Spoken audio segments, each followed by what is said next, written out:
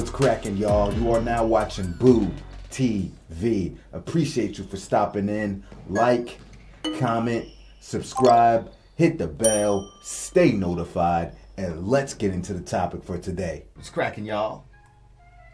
Back with another one.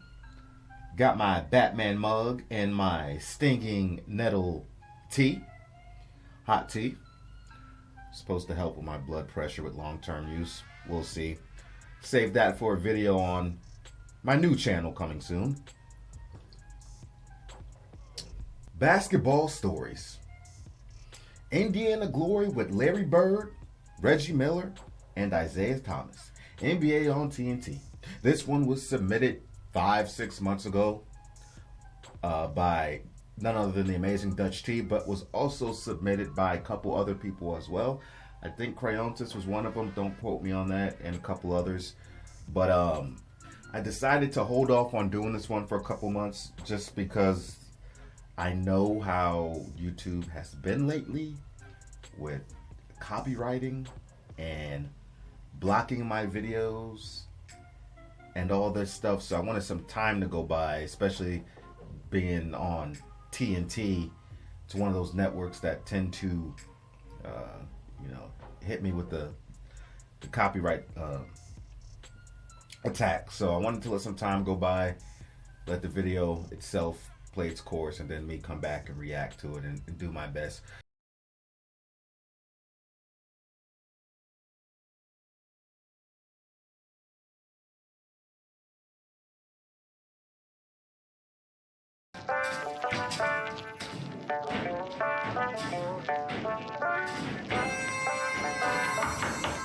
Hey guys, which one of you two is going to come in second? Probably Reggie if it's a shooting contest. I agree. think I'm coming in second now. Put on your seatbelt. Here we go. Oh, my. Larry Bird is just unconscious. Shoot it, Reg. No way. That's impossible. Isiah, up and in off the glass. Well, that's one of the prettier plays you'll see. Absolutely magnificent. That is worth the price of admission. Reggie hits the three. Unbelievable. You are watching what greatness is all about. This is a treat for me because I am amongst royalty, Indiana royalty, you via Chicago. I see Larry Fancy over there with his Fiji water bottle. You being Larry Bird, an Indiana native, you guys both coached me. I might be a little nervous here, but this is awesome. And I want to go back to that Papa Shot thing, and I want to go back to 1988 and the whole who's coming in second comment. We were laughing about that because I did a deep dive on that because I was like, well, who were the other participants? Yeah. It was Craig Hodges was in that, Dale Ellis, Detlef Shrimp, your teammate Danny Ainge, Mark Price, Trent Tucker, and I've heard different stories about this. So you're here to finally set the record straight. I walked in the locker room and the guys were sitting there and, they're nervous. Now, you got to understand that a lot of these guys came off the bench. Right. Then all of a sudden, they're going to go out there in front of 20,000 people, 40 sets of eyes on them, shooting a basketball. Right. That's got to be intimidating. Mm-hmm. For me, I liked that because I knew the pressure was on them more than me. Mm-hmm. I just looked there. I was really just teasing. I looked around, and everybody was looking at me. I go, who's coming in second? And nobody said a word. I thought maybe they thought I was joking, but maybe they thought I was serious, but it was really a joke. Well, then I had to go out and win it. And as of last year, I got lucky and won it. It's all feel, all rhythm. Right. And some go in, and I like it when it's at the last two racks. That's when I like it. Because of, crowd builds and things. He's still going to drop one here quickly. 14. This is a tie for the money. Whoa! Larry Bird at the buzzer with the two-point ball. 17 to 15. Defeats the long-distance shootout crowd at Chicago Stadium. And so the drama was, it just happened. And it goes in, and I walk the winner's circle, and whew, I got to get out of here, man. That was too close. Bird is a set shooter, and he's got the technique down to a science. A lot of people say that you had an unorthodox shot. Where did that form, that follow-through come from? Well, when I was little, the one thing I had growing up, I always had coaches around. I used to shoot from the hip. Remember when you wasn't strong enough, you fired up from the hip? And finally, he brought a basketball out there that had a handprint on it. He said, put your hand on there and put your other hand on it and get it up here and start shooting this way. Push, push. So I did, and finally it got over here, you know. Right. I mean, you can't see if you do this. If you get all up here, you can see. But, you know, Reggie, you know, you guys know as shooters, it takes a lot of practice. It does. So let me ask you this, Larry, right? When you talk about shooting, for a while in the 80s, everybody kind of changed their shot. And everybody started. Did you notice, like, everybody, like, you know, kind of moving it over? Some young players try to move it over a little bit. Just for full disclosure, I grew up, as we all did, being a Laker fan. Yeah. You know? But I patterned my whole game how I wanted to play and approach after this man. Yeah. So I got, like, weird looks because it was Larry Bird this, Larry Bird that. So when you talk about imitating shots, especially when you would be, like, on the baseline and you would be coming off to your left and you're shooting. That's when I was like... and I had different shots for different times, different places when I was on the floor. And when I would go left, all of my fadeaways were because of that side, and they couldn't block it. They couldn't block it.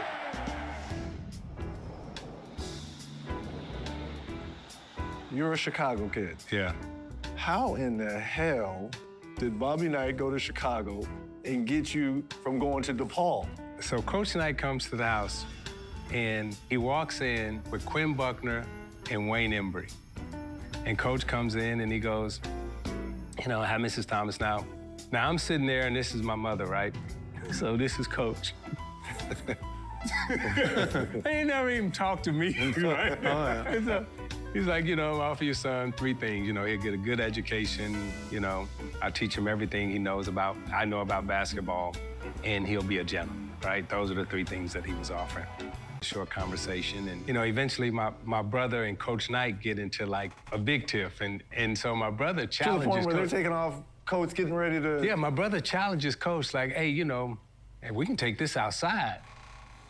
Coach Knight said, all right. He started rolling up his sleeves, right? And everybody is like, oh, no, you know, the whole room is like, no, you can't do this. And so I look over at my mom, and my mom is like this. Right?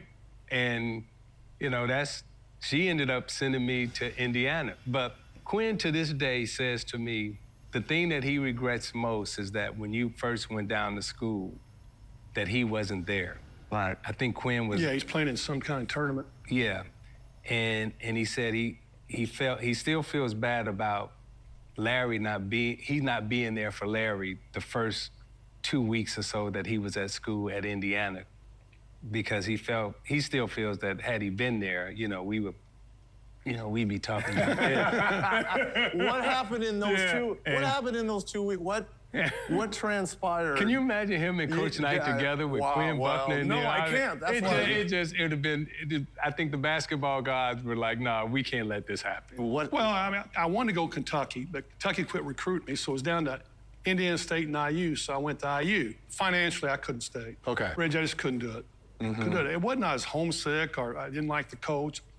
One thing about me, I always said the coaches coach and the players play. You know, whatever they tell you, you got to do. You might not like it, but you got to do it. That's what they do. Right. That's their expertise. I don't think me and Coach Knight would have had a problem because I never had a problem with my coach. When I got to Indiana State, they were talking about me going to junior college. I go, what? I'm not going to no junior college. So I sort of played a role, and they got real serious. So I said, at the end, I said, look, I'm not doing that. I got another place I can go. I had other colleges after me, but I wouldn't let them recruit me because I wanted to go to Indiana State then. Well, they came and watched me play in the summer. We played the Indiana High School All-Star team. I worked all day, put up hay all day, went up there, and had a monster game. All of a sudden, they didn't talk about going to junior college. Bird inside.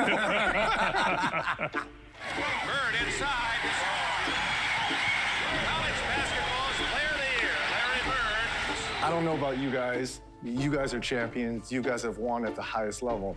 I never wanted championships. So there's games that I always think about. Yeah. Oh, I know. That we could have won. Let me tell you, Reggie, I don't think about the wins. I always think about the loss. Okay. Yeah, I think everybody's like it.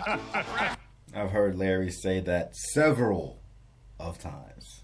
We've never seen a final game with two greater individual players than Larry Bird, the player of the year from Indiana State, and the magic man from East Lansing, Irvin Johnson. Here's what happened in '79. We played DePaul, and it was a tough game. And I hit 16 out of 19 shots, I think it was. We win by 2. And I know Michigan State's a lot better than DePaul. Right. So we had a day in between, we practiced, and I was sitting there thinking, man, I got to score 40 points, 45 points this game. I got to be on. I got to be at my best, or we have no chance of winning this game. And I wasn't. It's all over. Michigan State University, national champions, 1979. That was a big letdown, because I thought I could rise to that occasion. Right. And keep us in it and maybe get it at the end. And they were a talented team. They had some really good players. Magic, I thought you did a great job on Larry Bird in the zone denying the ball. Yes, Coach gave us a good game plan to go against Larry Bird, and all we had to do was go out and do it. And if we did it, he said we would win. That's what we done. But, we got our shot. We got our shot to play for a national championship, and, it was a 10 or 12-point game the whole way, but we just couldn't. That would have really been nice for not only Indiana State, but for the city, Terre Haute, and everybody. That would have been great. We had a chance. We had a chance to win. I feel I'm an adopted Hoosier. You're an adopted Hoosier via Chicago. Yeah. You are a true Hoosier. Your impression of Indiana basketball? So when I first, I'm coming from Chicago, and I go to Bloomington, Indiana. The basketball, I'm going to say spirituality of Indiana, you feel it when you walk into any gym, whether it be the Hyper, the recreation gym, or any building that has a gymnasium. There's a religious spirituality about the game that you have to honor. Sure. And in Indiana, everybody can shoot. Yes. People do not miss open shots. There's a spirituality about the game. I think the coolest thing for me about Indiana basketball was on my days off when we weren't playing for the Pacers, was going to those high school games on Friday and Saturday nights. Those smaller arenas that may hold, 250, 500 people. Yeah. And there's, 1,000 people in there, and everyone's standing up the whole game. Those are awe-inspiring moments to see these, because this is their NBA championship for some of these high school kids. High school. Definitely wasn't like my high school. If people showed up to the games, they wasn't standing up the whole time. The only time really big, obviously the rivalry games, right? The two high schools that were our rivals would bring larger crowds, to be expected. But it wasn't until we had an NBA prospect, a legitimate NBA prospect, come to play our team, so actually we had two NBA prospects, one each of which played for our rival school. One guy, I think his name was Kyron Foster, he played for Pine Ridge High. Hell of a player. And then the best one, the guy that was getting real legitimate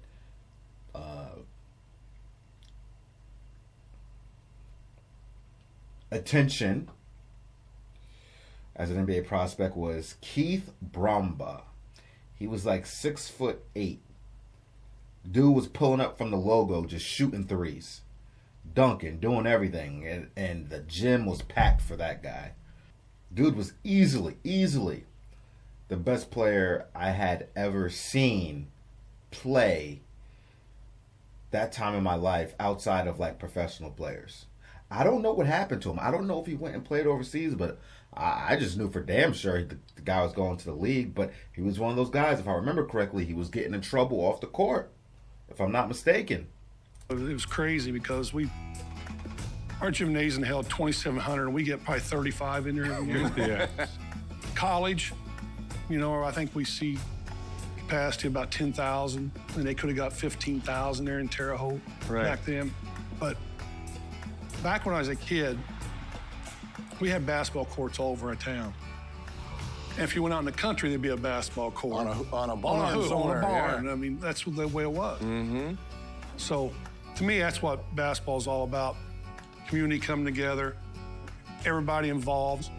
When you're in a small community, there's got to be something there to bring everybody together. Sure. Or everybody Basketball does. splinters. Yeah. And that's what sports does, tries to bring people together. Larry, you had my career right in the palm of your hands. Had you handled that press conference differently, right? You could have just like, phew. Larry did us a huge solid. I know what he's talking about. Listen to those Indiana fans as they count it down. Isiah Thomas, when it comes down, Indiana will be champion. The Hoosiers are 1981 champions. 79 championship versus Michigan State, drafted by the Celtics. You win the championship with Coach Knight and the Hoosiers in 81. Yep. Pistons come a-calling, and you guys are headed towards a collision course. I come in 81 after winning the championship. I'm watching him in the NBA Final. Larry Bird covers his own shot. Oh, what a play. 12 seconds on the shot clock. Larry Bird wants a three-pointer.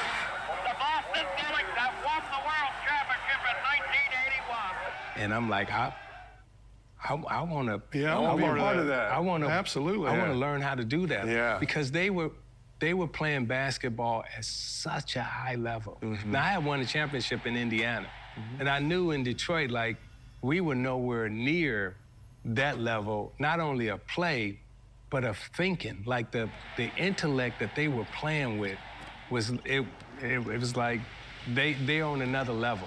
And I got to learn how to do that if I want to win. Well, we had a lot of talent, and some guys had to give up a little bit. Obviously, we had Kevin in the post and DJ. Even DJ gave up some opportunity to score to keep guys motivated to the game. But I played with some guys. Our guys are herky-jerky. They like to talk a lot, never stop talking.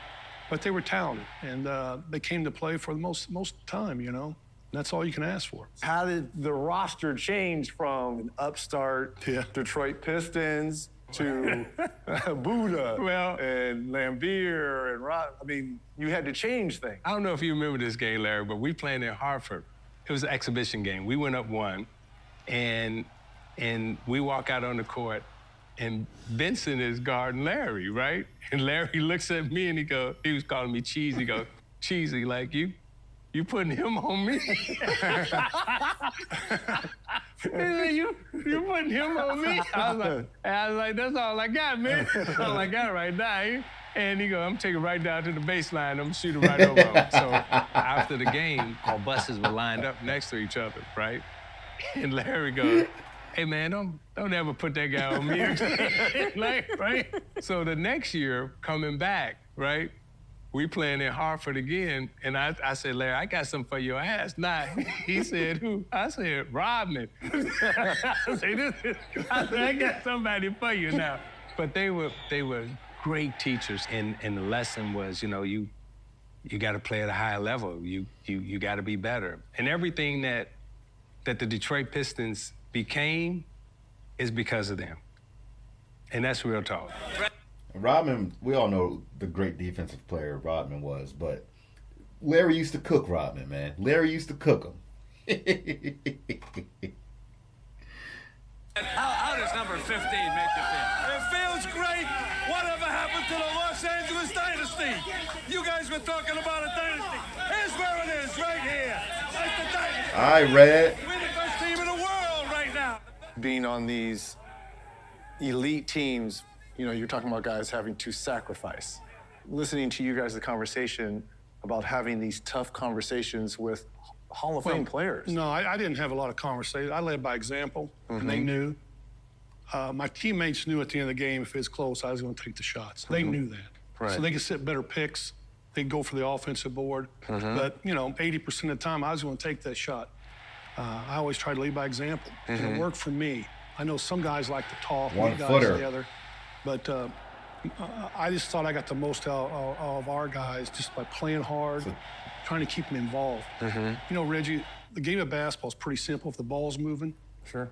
Now, the point guard can do whatever he wants to do. Instead of dribbling from one side to the other, back and forth. But he's an initiator, and if he gets that ball moving, that ball's moving, everybody feels a part of it. It doesn't matter where it ends up because it's always going to end up to the best player. You know? Sometimes that always happens. Yeah. But ball has energy. That's right, and you get that ball moving, and good things happen all the time. It's a pretty simple game if you play it the right way. Sellout crowd. I've always said that. It's like basketball. At the end of the day, it's a simple game. Don't make it more difficult than it has to be. Boston Garden, Game 5, Eastern Conference Finals. You guys have had battles over the years. Game 5, series tied 2-2. Eastern Conference Finals. Yeah, tell me how that happens. I still don't know how that happened. You're taking the ball. Yes. You're taking the ball out. The most trusted player. The most trusted player. Back up, right? I'm watching them play against the Lakers every year. Right. Right? And I'm taking notes. I'm learning. And I watch James. So I think this is my first time actually hearing Isiah talk on this, let alone with Bird in the building. Worthy on the side, in front of the Lakers bench, make a pass. Gerald Henderson steals the pass. Right. Right. Now I'm watching Magic dribble out the shot clock, and I got all these notes. Right. I'm learning. This is how we got it. And I had just made a shot, to put us up 1. Boston down 1. Bird guarded by LeBron. Drives around him. And the ball gets knocked out of bounds by Isiah. No, they call it the other way. So the ball goes out of bounds. And I'm thinking, okay, I'm gonna get it to Lambeer. He's one of our best foul shooters. Big guy, so I'm gonna put it up in the air. And it was like in slow motion. It was like the ball goes up in the air. So you had no idea where he was. I didn't even see him. It's a quick ball with 5 seconds to go. Now there's a steal by Bird. Underneath the DJ. Right up 1 second left. What a play by Bird. Bird stole the inbounding pass. Laid it up to DJ. DJ laid it up at him. And Boston has a 1-point lead with 1 second left. Oh my, this place is going crazy. Johnny Mose, rest in peace. Oh my, Bird intercepts the play. Out to DJ lays it in. Oh, DJ Boston Celtics up. Oh, what just happened? The arena's going crazy, folks. Johnny Mose, man. This was no doubt an iconic play. By the way, for those of you that are new here, I did a breakdown of that entire play or sequence. I'll put the link to that video in the description of this one if you want to check it out, to the best of my ability.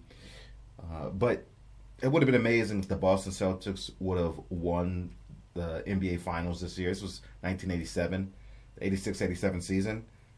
They would lose to the Lakers in the finals, the Boston Celtics would, but man, that would have just made everything perfect. Now, I'd rather the Lakers win. I'm a lifelong Laker fan, but considering this moment, right, is what I'm saying. Like, you look at the Derek Fisher 0.4 second shot against the San Antonio Spurs, where the Lakers would eventually win that series, but they lost to the Detroit Pistons in 2004, right? So it takes off a little bit of steam off that Derek Fisher moment, or that Laker moment, because the Lakers ultimately didn't end up winning it all. What were you thinking as the ball is coming in? But when I went in for that never saw shot, him run that damn pass, by the way. so I seen Isiah, Jerry's jumped up down. I seen Isiah throw it. I just took off over to foul him. Like he said, I go, damn, that's slow motion. And somehow I got in there and got my hand on it. There's a scoreboard in the corner there. It told me how many seconds. Okay, I knew I had plenty of time. But out of the corner of my eye, I seen a white shirt streaking. And I knew it was DJ. It had to be DJ. Right. I turned into him. He laid in. But that's a bang play. Sometimes that stuff happens. You go, what the heck just happened? You know, but it happened. And unfortunate for Isiah, but for us, we got to play on, you know, gave us another chance because we lost that game. They probably would have beat us that year. He says, okay, I turn around and I see DJ, the clock and everything. Now I'm looking at him and he's standing on, this is the out of bounds line. And this dude like on his damn toes. Like Michael Jackson. Yeah.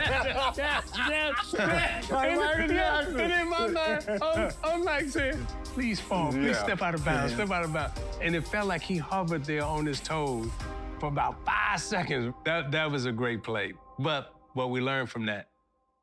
Call timeout. And advance it. Call timeout in 48 minutes. After that, somebody must have told Chris Webber that. Always 48 minutes. You start hearing us 48 minutes every play. After that tough 7-game series, Rodman had comments. Yes. You know, about Larry Legend. Then they come to you. Yeah. And you had comments. Larry, a very, very good basketball player. I think he's an exceptional talent. But I'd have to agree with Rodman.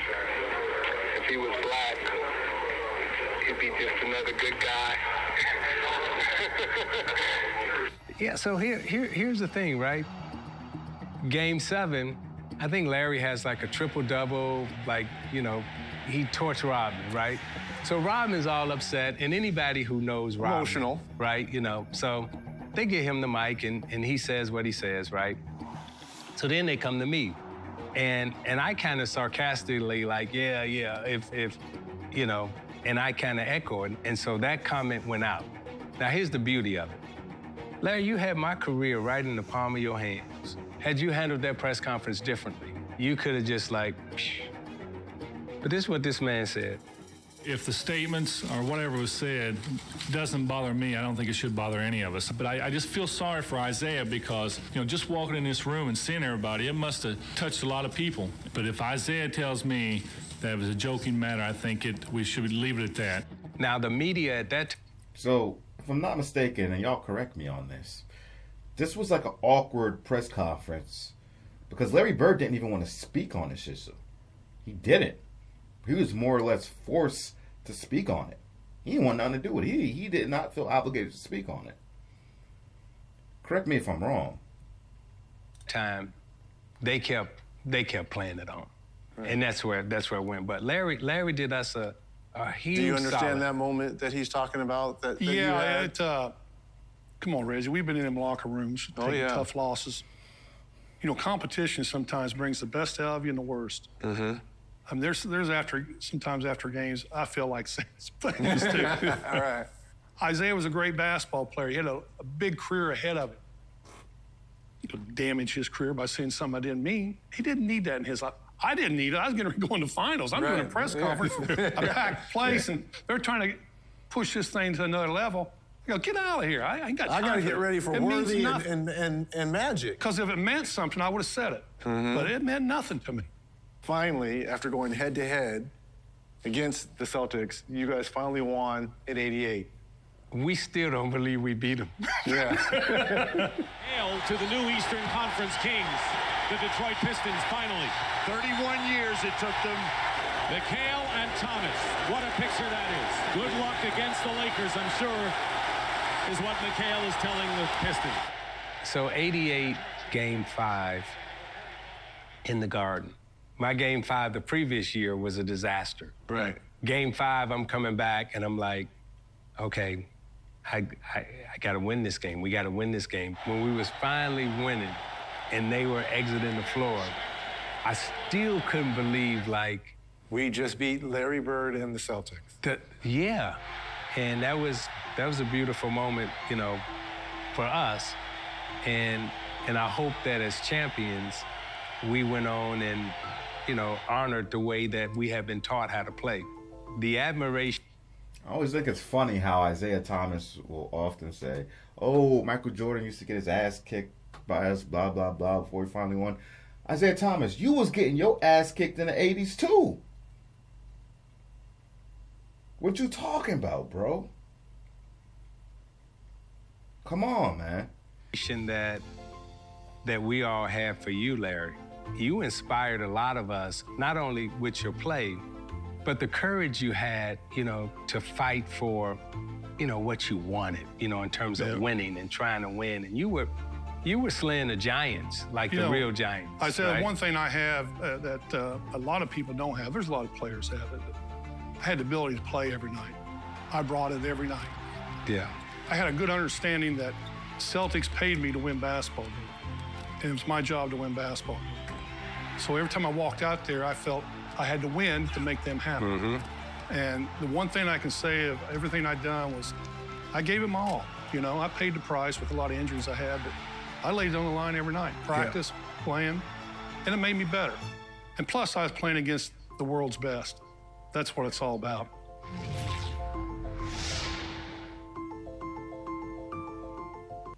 Isiah finally got his taste of championship glory in the very last year of the 80s, 89.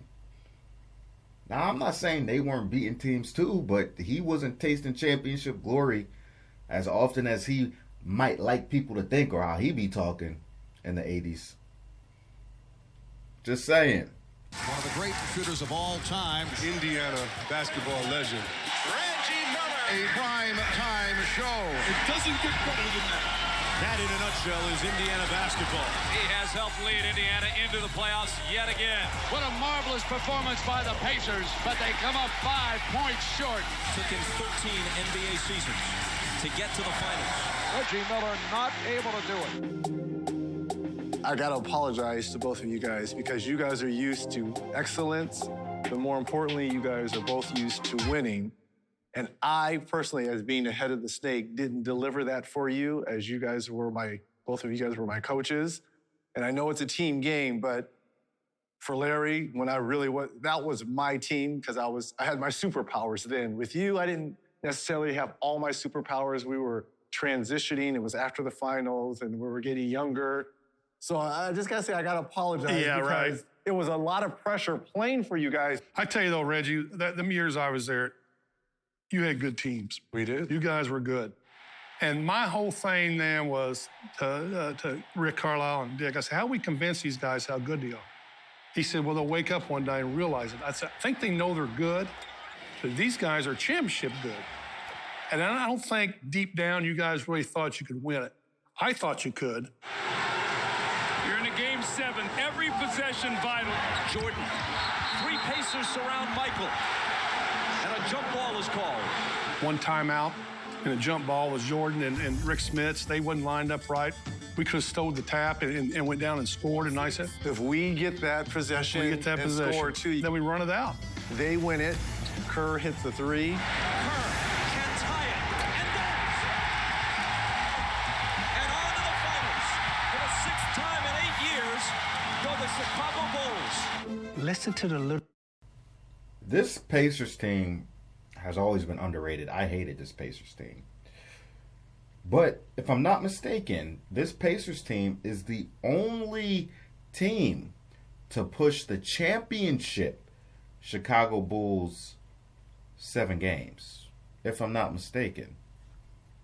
Little things that you are talking about. I mean, I didn't call the timeout. I seen it, and I didn't call the timeout. That's what we learned, right? Sad. Yeah. Man, you guys were good. Yeah. God, you were good. But it was a joy because, you were coming in after, Rick had retired, Rick Smits had Baby Al, Jamal. And I remember, we had made, halfway through your first season, we made that trade to get Brad Miller and Ron. So Larry's leaving. I get a call from Donnie, hey, would you like to coach the Pacers? And I'm like, yeah, come back to Indiana, absolutely. So in my mind, right, I'm thinking, okay, Mark Jackson, Rick Smith, Chris Mullin. I'm thinking like I'm coming back to get that. And so I get the job that summer, and this kid in Portland, Jermaine O'Neal, right? I'm like, Donnie, this guy, he's not playing a lot, but I think he's really good. I think we should trade for him. If there's a time to do it, this is the moment. Yeah, and Jermaine's, this one's gonna be good. So anyway, Donnie makes a trade. We get Jermaine, And now we got a team that, you know, it's a little tough. You know, we got some, and you were great. Listen, man, Jermaine O'Neal could ball. Jermaine O'Neal was a fantastic player, all-star player. You see, he gets forgotten about because he played during the era of Tim Duncan and Kevin Garnett. But Jermaine O'Neal's a bad boy. He was one of those stretch bigs, too. Not only were you great, but you were like, okay, we're going to help Jermaine become great. And it goes back to, again, the teachings that we got, you know, from Larry, from Magic and everything else. It can't always be about you, right? How do you help your teammates? How do you help everyone else become better? And you did that for that team. Well, I'm going to tell you an interesting story because once you made that trade, our very first practice, we were out there for 3 hours. Yeah. And we were going hard. Yeah. And I remember Jermaine walking up to me. It's like, man, this is crazy. LeBron and then they go so hard. And I looked at him and was like, well, welcome to 80s and 90s basketball. Yeah. This is how it should be. Yeah. You should feel like this, right? And we kind of took off right after that. Got it to Reggie. Here's a three. Yes! Yes! Yes! Yes! He hit it from 40 feet as time expired. For me as a coach, what y'all allowed me to do was not only coach, but also set some rules. And still today, I tell everybody, he still calls us coach. I do. Yeah. Which is, you know, one of the highest compliments you can get. That is a respect and a higher level, and I thank you for giving that to us. Well, it's a mutual respect I have for both of you because it's funny because I said we were doing one of our TNT things, and I called you coach in front of Kenny Smith. And Kenny, you know, came to me later like, why are you calling Isiah coach? I was like, he's my coach. He was my coach. He's like, that's like for people like Pop or, you know, one of those old, you know, you call them guys coach. I was like, no, he's my coach. Yeah. That's how much respect I have for both of you. Now, you come back to the Pacers after you were with us for 3 years. 3 years. Yeah. Then you come back. Yeah. And you guys had an interesting dialogue. You know, I get a call from Donnie. You know, Larry's been hired to come back to the Pacers and President of basketball operations. And I walk in the office and it's Larry and Donnie. And Larry goes, hey, Isiah, you know, I think you've done a great job here. You know, but I've decided to go in a different direction. You know, I'm gonna let you go and I'm gonna bring in, you know, Rick Carlisle.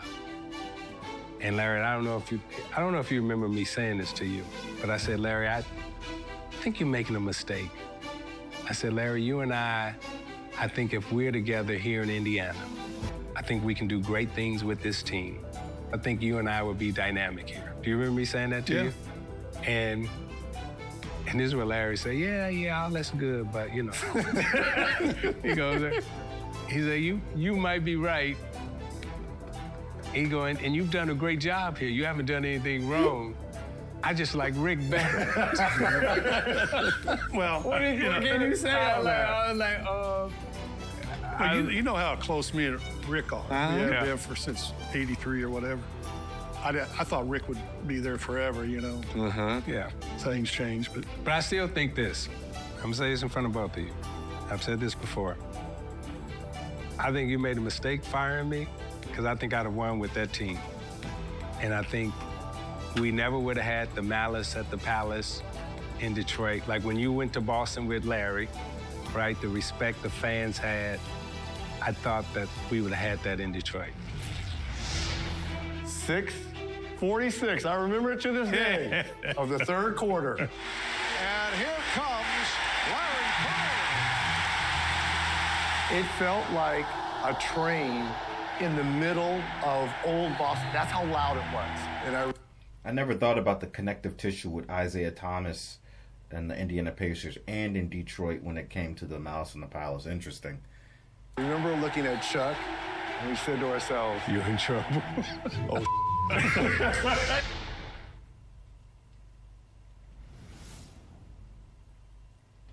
Here's Isiah. Let's see what we got. Bird on the drive. Oh, what a show. What a shot by your veins, one of the singular figures in the history of the NBA. Both of you guys have had an unbelievable career run in games.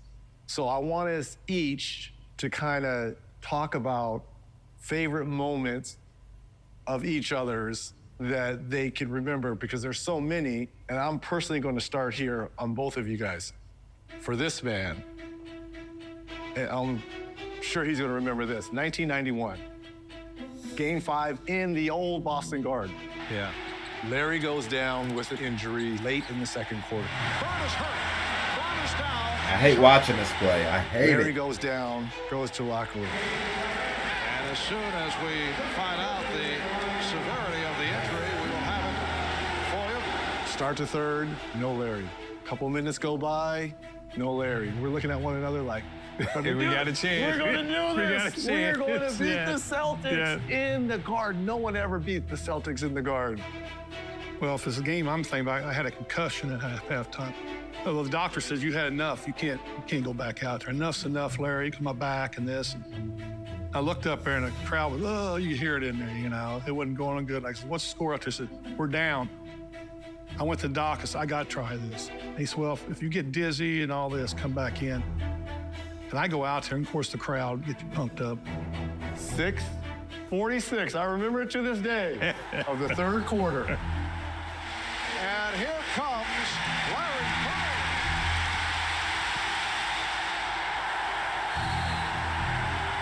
Bird. It felt like a train in the middle of old Boston. That's how loud it was. The crowd was so loud, and I remember looking at Chuck, and we said to ourselves, You're in trouble. oh, that's what we said.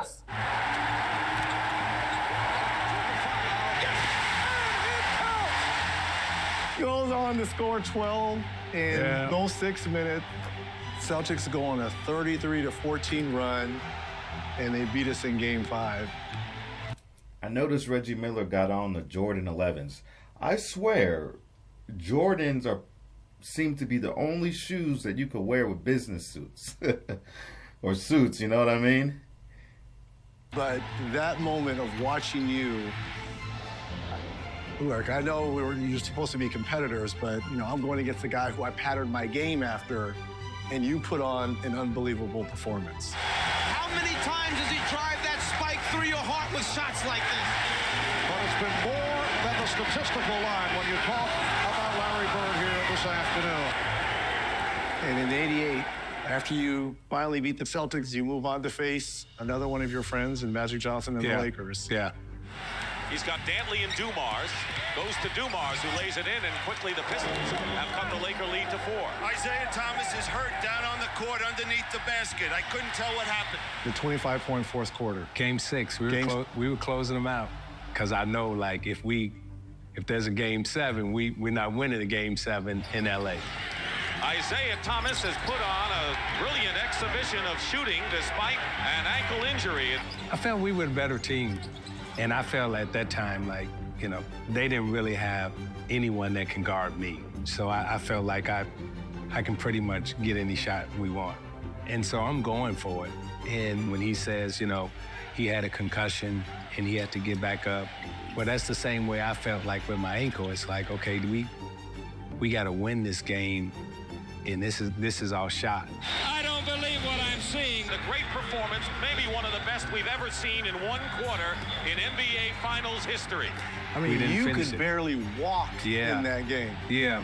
But again, the lessons that you learn, you know, from your teachers. It was almost by any means necessary. You got to do whatever it takes to be successful and win. I think that's the common theme I read out of both of you guys. So coaching you, I had one of the most disappointing, hurtful moments when you were playing on a broken foot. The bone spurs had to remove the surgery. Yeah. Mm-hmm. To have a great playoff run like Indiana is trying to have your stars have to shine. But that has not been the case for Reggie Miller.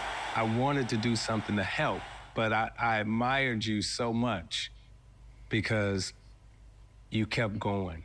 You didn't quit. So to me, that was a champion moment even though we lost, you playing through that pain and everything else, my respect for you as a man and as a player was immense.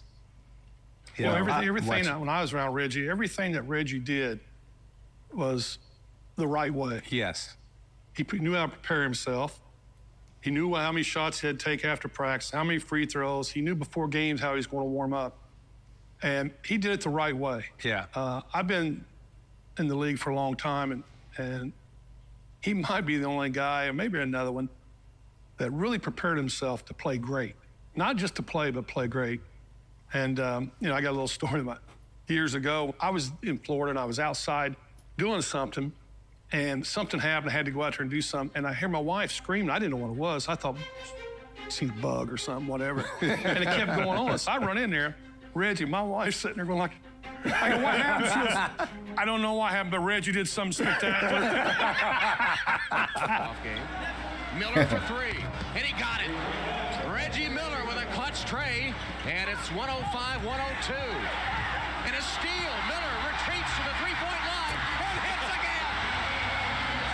Tie game. Hey, but she was all laid up, all sweating there, and I was laughing.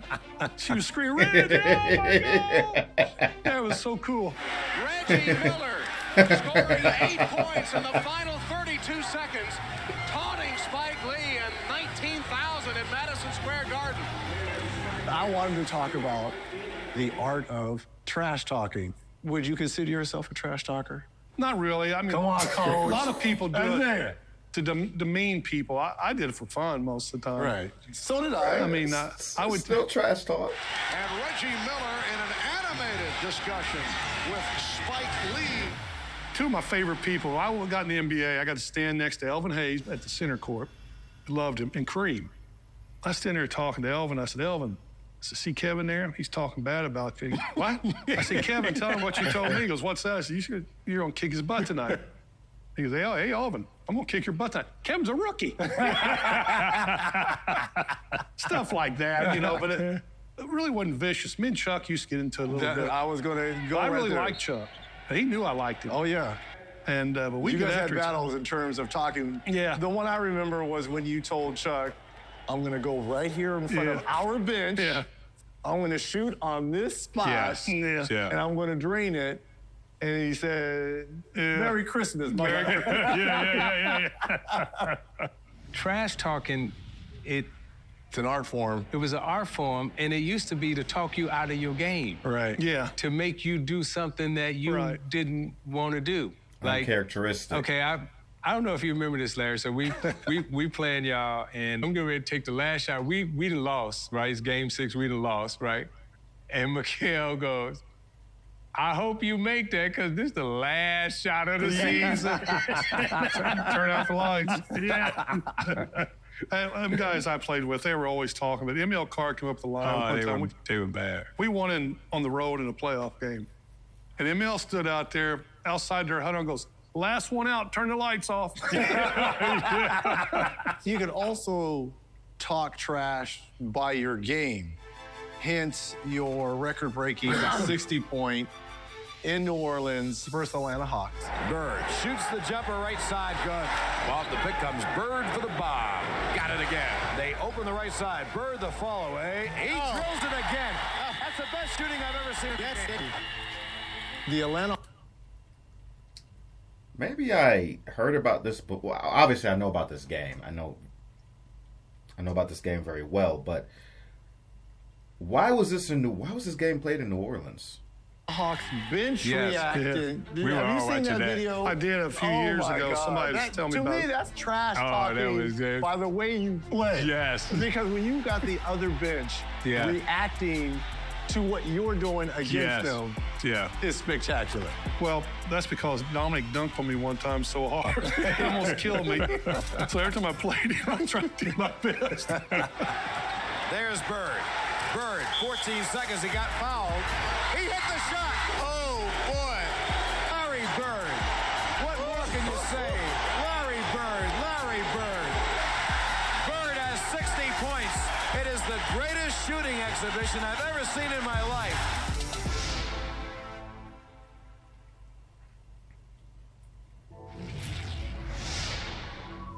people always like to talk about who's the greatest, who's the GOAT, and I don't like those discussions because different eras, different players, different rules. But what I do like to do is I always tell people the Mount Rushmore game. You being, in my opinion, arguably one of the greatest shooters ever. Like my Mount Rushmore shooters would be Stephen, obviously he holds the record, yourself. I have Ray on there, and I could put Mark Price, present company excluded, but I put you up there on my... Well, Reggie, you go talk to your boy J.J. Redick, because J.J. Redick doesn't believe Larry Bird's one of the greatest shooters of all time. And if you want to see my reaction to that video with J.J. Redick, I'll put that in the description of this video as well for those of you that have stuck around this long and are still here. My Mount Rushmore. Who would be some of your Mount Rushmore type shooters? You named them all, and there's more, Reggie, because I can't think of all of them. Dale Ellis was a great shooter. Yeah. I mean, there's a lot of great shooters, you know. And you're always going to leave somebody out, and people get their feelings hurt by that. I don't. I could care less. The one thing I do know, I always knew how good I was. Right. I didn't care what you thought of my game out. Yeah. But I knew in the majority of the games I played with the team I had, we're going to win most of them. So I had that kind of confidence. But you always talk about the great play. I tell people, quit whining about LeBron. Enjoy him while he's here. He's unbelievable. I mean, he's one of the greatest, if not the greatest ever. Then you go back, I played against Magic, Michael, Kareem. I mean, the list goes on and on. So it's hard to pick one guy. But, I mean, it just seems like everybody in their era thinks their era is the best. I don't buy any of that. Right. Things change. In terms of Mount Rushmore of point guards, I'll throw mine out there, you react. Magic, you. I guess you're going to put Stephen Curry on there because he's classified as a point guard. I think the list starts with Magic and Oscar. Us little guys, we got no shot against Magic and Oscar. Those are the two. Now, when you get to the little guys, right? You know, I'm like Larry. I'm the little guy. Right.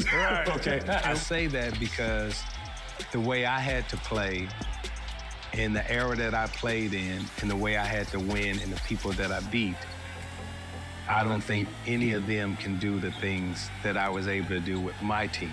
And the fourth person, you know, I love John Stockton. I look at what John has done in the NBA.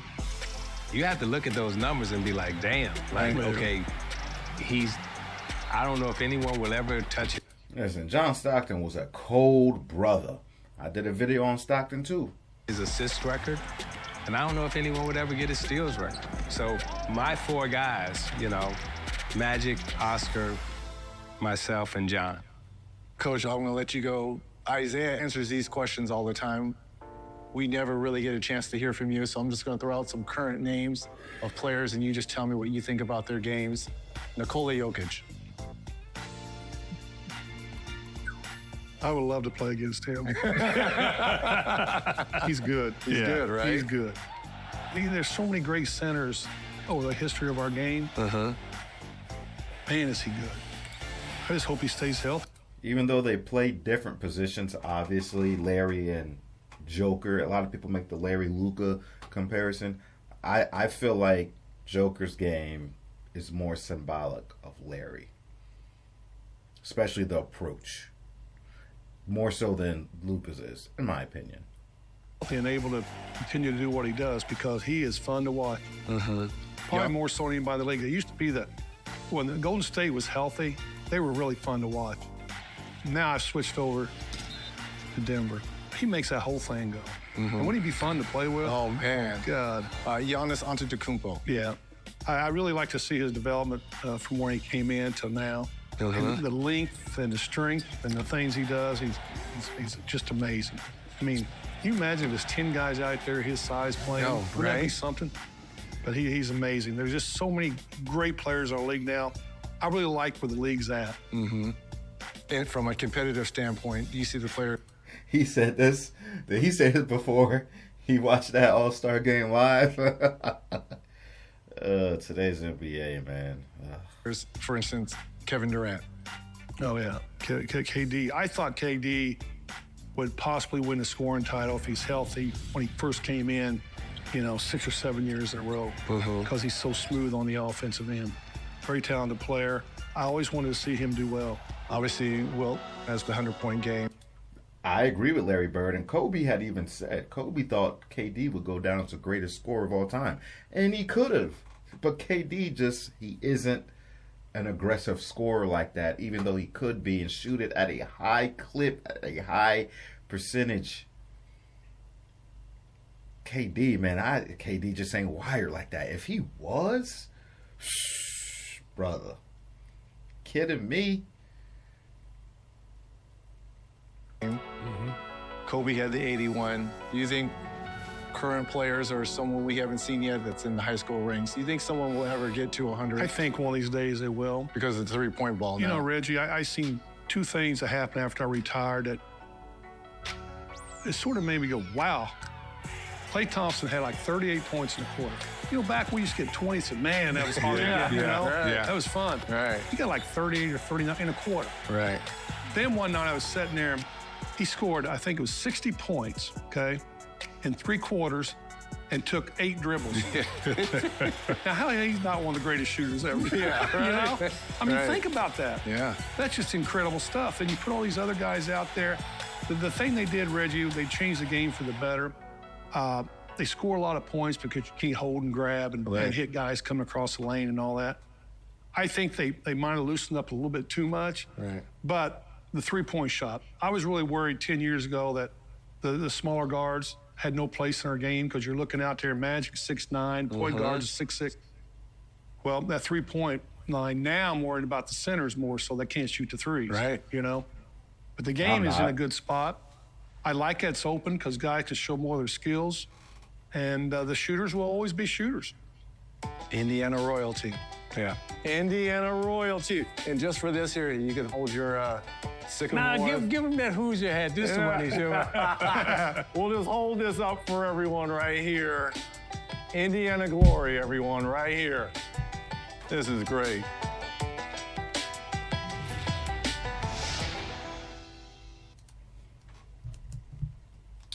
Great video. I really, really enjoyed that. That was a lot of fun.